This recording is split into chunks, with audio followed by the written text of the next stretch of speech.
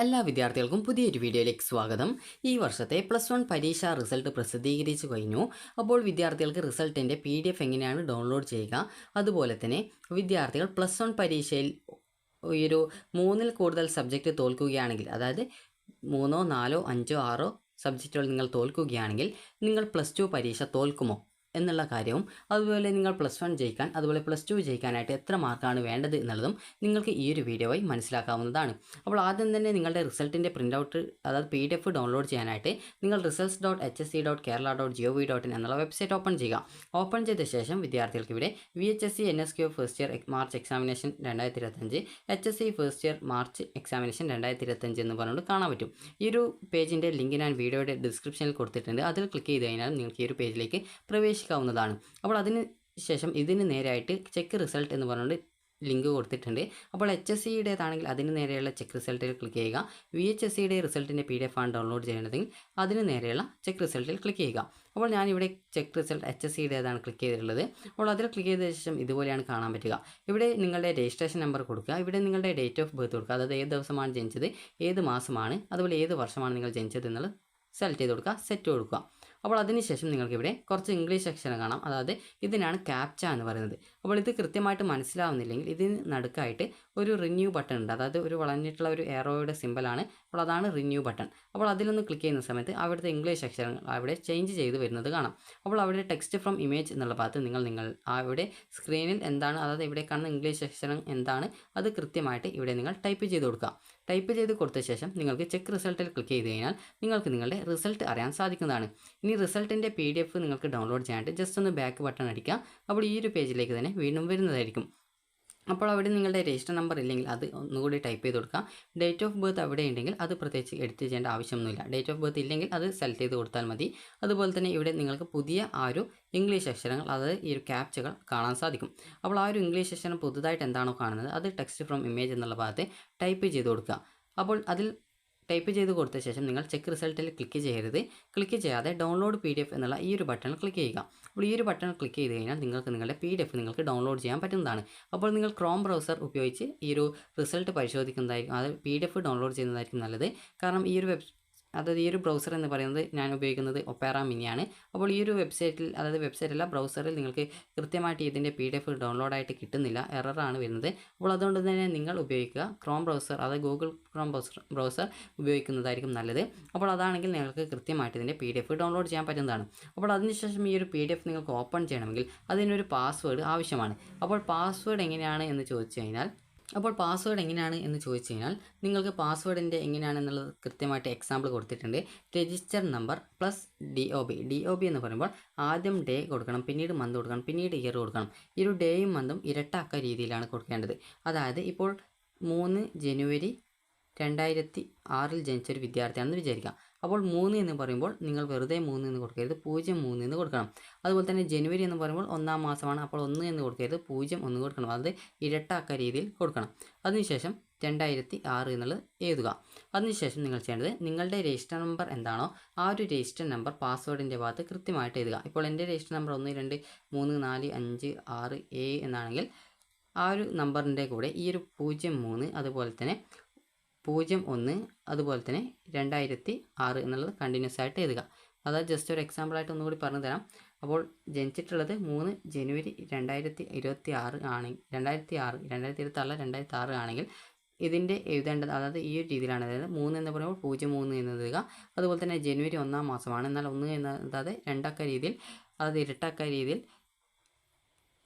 നിങ്ങൾ ഈ ഒരു 01 എന്ന് എഴുതുക. അതുപോലെ തന്നെ 2006 എന്ന് എഴുതുക. അതായത് ഇവിടെ 2 സ്ഥാനങ്ങൾ വരുന്ന രീതിയിൽ ഈ ഒരു ഡേറ്റും അതുപോലെ മന്തും എഴുതണം. ആദ്യം ഡേ പിന്നീട് മന്ത് എന്നുള്ള ഫോമാറ്റിലാണ് എഴുതേണ്ടത്, പിന്നീട് ഇയർ എന്നുള്ള ഫോമാറ്റിലാണ് എഴുതേണ്ടത്. അപ്പോൾ അതായത് എൻ്റെ രജിസ്റ്റർ നമ്പർ എന്ന് പറയുന്നത് ഇവിടെ 1, 2, 3, 4, അതുപോലെ തന്നെ 5, 6, 7 എന്നാണെങ്കിൽ എൻ്റെ പാസ്വേഡ് വരിക, അതായത് നിങ്ങളെ ജനിച്ച ആ ഒരു ഡേറ്റ് ഓഫ് ബർത്ത് ഈ ഒരു രീതിയിലാണ് കൊടുക്കേണ്ടത്. പാസ്വേഡ് വരിക 1, 2, 3, 4, 5, 6, 7, അതുപോലെ 03, അതുപോലെ 01, 2006 ഈ ഒരു രീതിയിലാണ് വരിക. ഇത് കണ്ടിന്യൂസ് ആയിട്ട് നിങ്ങളുടെ രജിസ്റ്റർ നമ്പറും നിങ്ങളുടെ ഡേറ്റ് ഓഫ് ബർത്തും കൊടുത്തു കഴിഞ്ഞാൽ നിങ്ങൾക്ക് കൃത്യമായിട്ട് പാസ്വേഡ് ഓപ്പൺ ചെയ്യാൻ പറ്റുന്നതാണ്. അപ്പോൾ അതിനുശേഷം നിങ്ങൾക്ക് വേണമെങ്കിൽ അതിൻ്റെ പ്രിൻ്റ് എടുക്കാം. ഇനി വിദ്യാർത്ഥികൾക്ക് ഒരു +1 നിങ്ങൾക്ക് അതായത് ജയിക്കാൻ ആവശ്യമായിട്ടുള്ള മാർക്ക് കിട്ടിയിട്ടില്ലെങ്കിൽ നിങ്ങൾക്ക് റീവാലുവേഷൻ കൊടുത്താൽ മാർക്ക് കൂടുമെന്ന് പ്രതീക്ഷയുണ്ടെങ്കിൽ ജൂൺ 10-ാം തീയതി വരെ നിങ്ങൾ +1 പരീക്ഷ എഴുതിയിട്ടുള്ള സ്കൂളിലെ പ്രിൻസിപ്പാളിന് ഈ ഒരു അപേക്ഷ സമർപ്പിക്കാവുന്നതാണ്. ഇനി അതുപോലെ തന്നെ വിദ്യാർത്ഥികൾക്ക് +1 ജയിക്കാൻ എത്ര മാർക്ക് വേണം എന്ന് ചോദിച്ചു കഴിഞ്ഞാൽ നിങ്ങൾക്ക് ജസ്റ്റ് സിമ്പിളായിട്ട് മനസ്സിലാക്കാം. 80 മാർക്കിൻ്റെ സബ്ജക്റ്റിൽ നിങ്ങൾക്ക് TE മാർക്ക്, അതായത് നിങ്ങൾക്ക് TE മാർക്ക്, അതുപോലെ തന്നെ റിസൾട്ടിൽ TE മാർക്ക് എന്നുണ്ടാവും, അതുപോലെ തന്നെ CE മാർക്ക്, അതുപോലെ തന്നെ GM, അതുപോലെ തന്നെ ഈ ഒരു ടോട്ടൽ എന്ന് പറഞ്ഞുകൊണ്ടാണ് നിങ്ങളുടെ +1ൻ്റെ ആ ഒരു മാർക്ക് ഷീറ്റിൽ മാർക്ക് ഉണ്ടാവുക. അപ്പോൾ ഇതിൽ ചില വിദ്യാർത്ഥികൾക്ക് GM എന്നുള്ള ഭാഗത്ത് ജസ്റ്റ് ഒരു 2 ഇതുപോലെ വര കാണാൻ പറ്റും. അതിനർത്ഥം നിങ്ങൾക്ക് ഗ്രേസ് മാർക്ക് ഇല്ല എന്ന് മാത്രമാണ്. അതുപോലെ തന്നെ നിങ്ങൾക്ക് TE മാർക്ക് എന്നുള്ള ഭാഗത്ത് നിങ്ങൾക്ക് ഒരു നിശ്ചിത മാർക്ക് കിട്ടിയിട്ടുണ്ടാകും. ഓരോ സബ്ജക്റ്റിനും ഈ ഒരു രീതിയിൽ TE, CE, GM, ടോട്ടൽ എന്ന് പറഞ്ഞുകൊണ്ട് കൊടുത്തിട്ടുണ്ടാകും. അപ്പോൾ ഇതിൽ നിങ്ങൾ ജയിച്ചിട്ടുണ്ടോ ഇല്ലയോ എന്ന് നോക്കേണ്ടത് ഈ ഒരു TE മാർക്കാണ്. ചില വിദ്യാർത്ഥികൾക്ക് ഗ്രേസ് മാർക്കിൻ്റെ അവിടെ മാർക്ക് കൊടുത്തിട്ടുണ്ടാകും. അങ്ങനെ മാർക്ക് ലഭിച്ചിട്ടുള്ള വിദ്യാർത്ഥികളാണെങ്കിൽ ഈ ഒരു TE മാർക്കും അതുപോലെ തന്നെ GM മാർക്കും കൂട്ടുക. അതായത് നിങ്ങൾക്ക് ഗ്രേസ് മാർക്ക് ഇല്ലെങ്കിൽ TE മാർക്ക് മാത്രം കൂട്ടുക, ഗ്രേസ് മാർക്ക് ഉണ്ടെങ്കിൽ TE മാർക്കിൻ്റെ കൂടെ GM മാർക്ക് കൂടി, അതായത് ഒരു GM മാർക്ക് കൂടി ഇതിൻ്റെ കൂടെ കൂട്ടിയിട്ട് വേണം നിങ്ങൾ ഈ ഒരു മാർക്ക് ജയിച്ചിട്ടുണ്ടോ ഇല്ലയോ എന്ന് നോക്കാനായിട്ട്. 80 മാർക്കിൻ്റെ സബ്ജക്റ്റിൽ 24 മാർക്കാണ് വേണ്ടത്. അതുപോലെ തന്നെ ഈ ഒരു 60 മാർക്കിൻ്റെ സബ്ജക്റ്റ് ആണെങ്കിൽ അതിൽ നിങ്ങൾക്ക് 18 മാർക്കാണ് വേണ്ടത്. അത് TE മാർക്കോ അല്ലെങ്കിൽ TE മാർക്കും ഗ്രേസ് മാർക്ക് ഉൾപ്പെടെ 80 മാർക്കിൽ 24 മാർക്കോ 60 മാർക്കിൻ്റെ സബ്ജക്റ്റിൽ 18 മാർക്കോ ആണ് നിങ്ങൾ വായിക്കേണ്ടത്. അപ്പോൾ ഈ ഒരു രീതിയിൽ നിങ്ങൾക്ക് മാർക്ക് കിട്ടിക്കഴിഞ്ഞാൽ നിങ്ങൾ +1 ജയിച്ചു എന്ന് മനസ്സിലാക്കാം.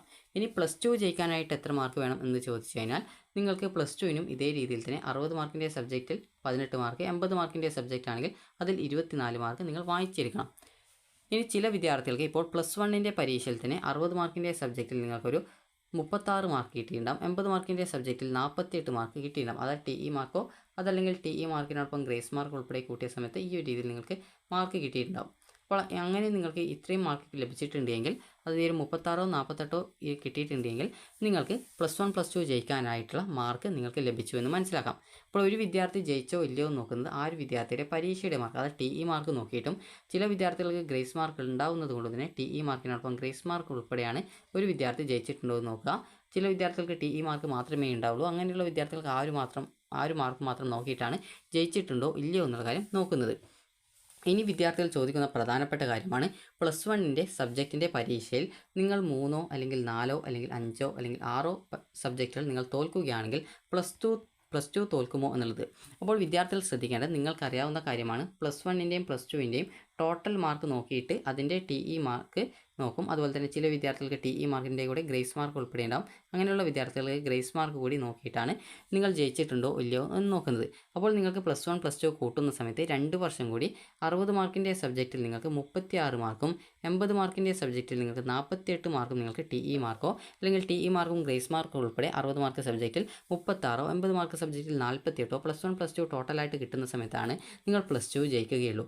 അത് നിങ്ങൾ +1ലോ +2ലോ നിശ്ചിത മാർക്ക് വാങ്ങിക്കണം എന്നില്ല. അതുകൊണ്ട് തന്നെ ടോട്ടലായിട്ട് ഓവറോളായിട്ട് നിങ്ങൾക്ക് ഈ ഒരു TE മാർക്കും ഗ്രേസ് മാർക്കും ഉൾപ്പെടെ 60 മാർക്ക് സബ്ജക്റ്റിൽ 36, 80 മാർക്കിൻ്റെ സബ്ജക്റ്റിൽ 48 മാർക്ക് നിങ്ങൾക്ക് കിട്ടിയിട്ടുണ്ട് എങ്കിൽ വിദ്യാർത്ഥികൾ +2 ജയിക്കുന്നതായിരിക്കും. ഇനി വിദ്യാർത്ഥികൾ ശ്രദ്ധിക്കേണ്ടത്, നിങ്ങൾ ഈ ഒരു +1ന് തോറ്റതുകൊണ്ട് നിങ്ങൾക്ക്, അതായത് +1ന് ജയിക്കാൻ വേണ്ട മിനിമം മാർക്കായിട്ടുള്ള 18 24 മാർക്ക് 60 മാർക്കിൻ്റെ സബ്ജക്റ്റിലും 80 മാർക്കിൻ്റെ സബ്ജക്റ്റിലും നിങ്ങൾക്ക് കിട്ടാത്തതുകൊണ്ട് നിങ്ങൾ +2 തോൽക്കുമോ എന്ന് ചോദിച്ചു കഴിഞ്ഞാൽ ഒരിക്കലും തോൽക്കുന്നതല്ല. കാരണം എന്തുകൊണ്ടാണെന്ന് ചോദിച്ചു കഴിഞ്ഞാൽ വിദ്യാർത്ഥികൾ ഇപ്പോൾ മുതൽ നന്നായിട്ട് പഠിക്കുക. അതായത് +2ൻ്റെ പരീക്ഷയ്ക്ക് മാർച്ച് മാസത്തിലാണ് പരീക്ഷ. ഇപ്പോൾ +2ൻ്റെ ക്ലാസ്സുകൾ തുടങ്ങിയിട്ടേ ഉള്ളൂ.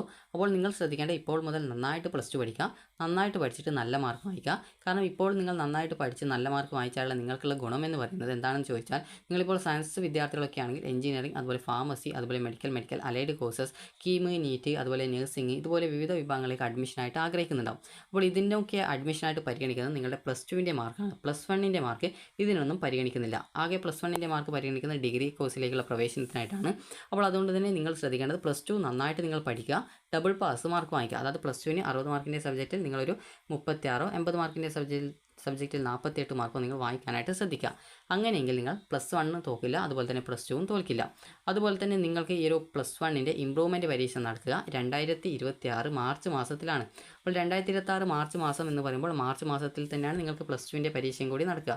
അതായത് +2ൻ്റെ പരീക്ഷ ഒരു ദിവസം കഴിഞ്ഞ് കഴിഞ്ഞാൽ ഒരു ദിവസം കഴിയുമ്പോഴത്തേക്ക് +1ൻ്റെ ഇംപ്രൂവ്മെൻറ്റ് ഉണ്ടാവും. അതുപോലെ തന്നെ അതിനുശേഷം അടുത്ത ദിവസം കഴിയുമ്പോൾ നിങ്ങൾക്ക് +2ൻ്റെ പബ്ലിക് എക്സാമിനേഷൻ്റെ സബ്ജക്റ്റിൻ്റെ പരീക്ഷ ഉണ്ടാവും. അതിനുശേഷം ഒരു ദിവസം കഴിയുമ്പോഴത്തേക്ക് നിങ്ങൾക്ക് +1ൻ്റെ ഇമ്പ്രൂവ്മെൻറ്റ് പരീക്ഷ ഉണ്ടാവും. ഇങ്ങനെയാണ് പരീക്ഷ വരിക. അപ്പോൾ അതുകൊണ്ട് തന്നെ നിങ്ങൾ ശ്രദ്ധിക്കേണ്ടത് +2 പരീക്ഷയ്ക്ക് വേണ്ടിയിട്ട് നിങ്ങൾ, അതായത് ഇപ്പോൾ +2ൻ്റെ ക്ലാസ്സുകൾ നിലവിൽ ആരംഭിച്ചിട്ട് അത് ജസ്റ്റ് ഒന്ന് തുടങ്ങിയിട്ടേ ഉള്ളൂ. അപ്പോൾ നിങ്ങൾ ഇപ്പോൾ മുതൽ നന്നായിട്ട് പഠിച്ചു കഴിഞ്ഞാൽ നിങ്ങൾക്ക് +2 ജയിക്കുകയും ചെയ്യാം. അതുപോലെ തന്നെ നിങ്ങൾക്ക് ഈ ഒരു സയൻസ് ഗ്രൂപ്പൊക്കെയാണ് എടുത്തതെങ്കിൽ നിങ്ങൾക്ക് എഞ്ചിനീയറിംഗ്, അതുപോലെ pharmacy, medical allied, NEET, KEAM, architecture ഇതുപോലുള്ള വിവിധ വിഭാഗങ്ങളിലേക്ക് അഡ്മിഷൻ നേടാനും സാധിക്കുന്നതായിരിക്കും. അതുകൊണ്ട് തന്നെ +1ന് മാർക്ക് കുറഞ്ഞു എന്ന് വിചാരിച്ച് ടെൻഷനൊന്നും അടിച്ചിട്ടിരിക്കേണ്ട ആവശ്യമില്ല.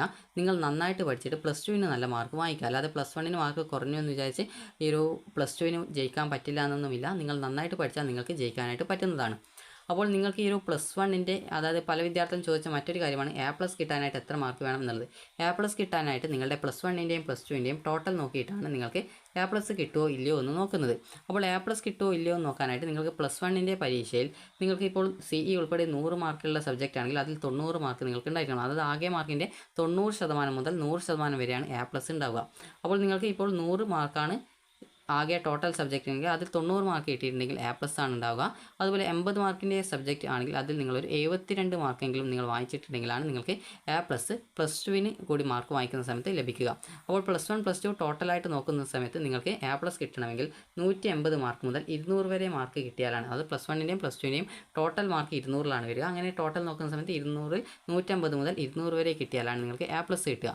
ഇനി വിദ്യാർത്ഥികൾക്ക് +1ൻ്റെ സേ ഓർ ഇംപ്രൂവ്മെൻറ്റ് പരീക്ഷ എത്ര വിഷയം എഴുതാൻ പറ്റുമെന്ന് ചോദിച്ചു കഴിഞ്ഞാൽ വിദ്യാർത്ഥികൾക്ക് +1ൻ്റെ സേ പരീക്ഷ, അതുപോലെ തന്നെ ഇംപ്രൂവ്മെൻറ്റ് എത്ര പരീക്ഷ എഴുതാൻ പറ്റുമെന്ന് നോക്കാം. അപ്പോൾ +1ൻ്റെ ഇംപ്രൂവ്മെൻറ്റ് എന്ന് പറയുന്നത് നിങ്ങൾക്ക് 3 സബ്ജക്റ്റാണ് ഇംപ്രൂവ്മെൻറ്റ് ചെയ്യാനായിട്ട് പറ്റുക.